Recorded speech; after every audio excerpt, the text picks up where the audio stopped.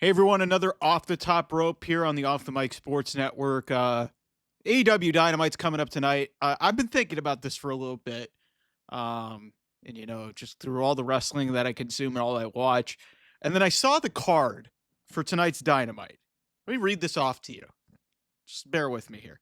So MJF's supposed to appear. Cool. Wheeler Yuta facing Jay White. Will Ospreay's facing Brian Cage. I've already criticized that. Jeff Jarrett's facing Claudio, and if Jeff Jarrett wins, he gets a title shot. And then Mercedes Moné defending the TBS championship against Yuka Sakazaki. What in the fuck is that? What in the fuck is that card for your weekly A show? What in the fuck is that? Yet, if you talk to any diehard AEW fan, they will try to find a way to rationalize that Tony's booking for the sickos and doing all this crazy stuff and just this cult-like behavior. All these matches will be great. It'll be on Cage Match, or it'll be get like a high rating in Cage Match. And it's like they get all these stars from Dave Meltzer.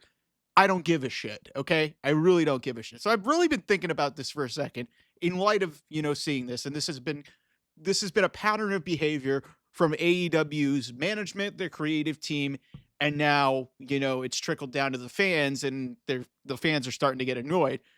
But really, I've thought about this. AEW is the MAGA of professional wrestling. Yes, it is the Make America Great Again movement of professional wrestling. Because think about this. Cult-like behavior. Insane people talking about stuff that doesn't make any sense. And if you want to believe that and you watch this video and you disagree with me, you are entitled to your opinion. I don't agree with you, but it gets to borderline Looney Tunes. And sometimes the rationalization that I see from AEW fans, like some of them will just try to bark a joke about, oh yeah, at the AEW or NXT only drew like 750 fans in what was a 700. They drew 749 fans at a 750 seat venue. They couldn't sell out. They're in the mud. And it's like, I know you're trying to be goofballs for engagement, but it's like, what? You guys are just saying stuff that you're either joking around or you're just saying stuff that's flagrantly just false. It's absolutely not true. And if you want to watch this show and I'm going to watch it tonight because you guys want to hear what I have to say about it. And I enjoy wrestling, and there's things about AEW that I still do enjoy. There's a lot of talented people there.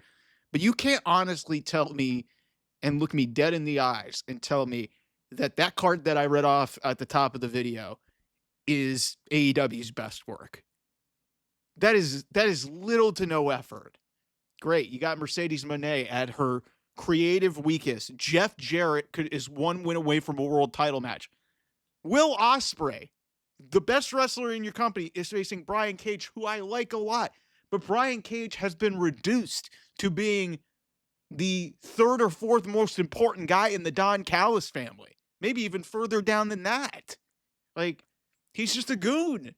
And Brian Cage is, if you've watched him in his other promotions, he is so much more than just a background character. He's a great professional wrestler. He can actually, do a pretty good job as a solo act, but he's been associated with groups and it's just been a mess for him. So, hey, since Brian Cage is in the Don Callis family and the Don Callis family is facing Kenny Omega and Will Ospreay, let's just throw Will Ospreay in a random match in Huntsville, Alabama and just see how it does. Nobody cares. Yet everybody's going to be like, oh man, did you see this Will Ospreay move? Did you see this? Did you see that?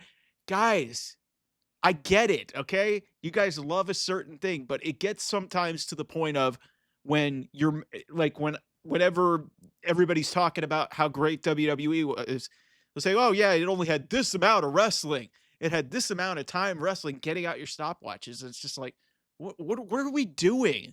It's just like Looney Tunes level behavior and just, throwing out like, the attendance stuff. And then, okay, well, hey, we're not doing attendance things, but look at what we're doing for Revolution in a month or 2 months.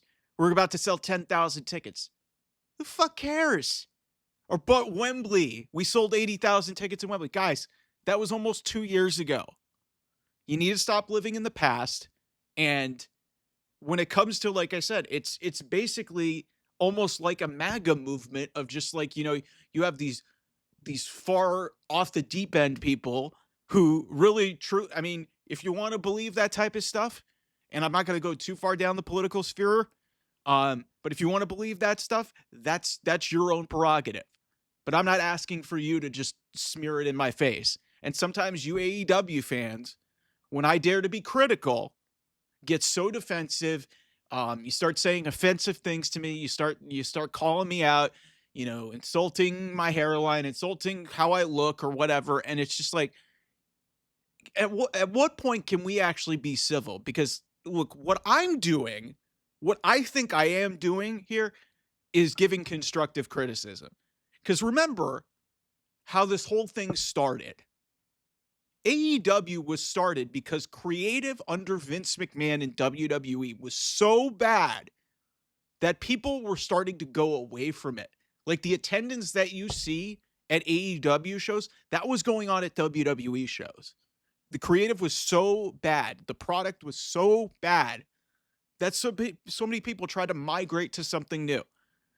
And, really all that's left now in AEW are the true diehards who can't see the fault in anything, or they're the people who just want to, like have Tony Khan accept them and like, oh, he's one of us. It's like Tony Khan does not give a shit about you. He's lining his pockets. He got his money. He's got so much money to pay. And it's just like, he's all about himself. This is literally Vince McMahon all over again. And what it's ultimately become, it's become a cult. That's literally what it's become, which is why I kind of liken it to like a political movement like a MAGA, because it's just like the people that you talk to now about this, you can't even have like a constructive conversation about this type of stuff. Like it's just, I forgot, there was something I saw the other day where people were being critical of stuff going on in WWE.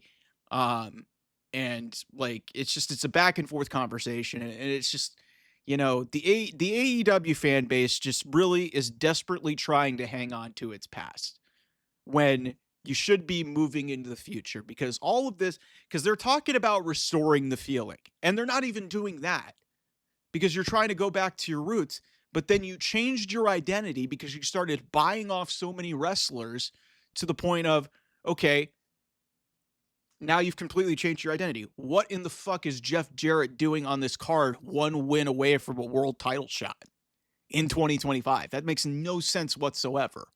So it's just, it's really a shame that I have to come on here so many times during this segment and basically say to the audience, say to myself, it's like, I really want AEW to do well. I really do, because more wrestling, the better. Like it's awesome that TNA is getting so much notoriety right now. It's not getting like, like the viewership because it's not on a major network, but TNA being good and being in the mainstream and partnering up with WWE, that's awesome. That's really awesome.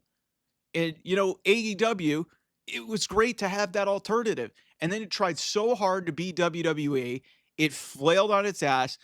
Two best stars are now in the other company. It might be main eventing a WrestleMania, and they have not been able to recover from that. They just haven't been able to do that. And until there is a different vision, or just like something that's clear outside of whatever the fuck is going on in this television show right now, it's going to be the same old shit.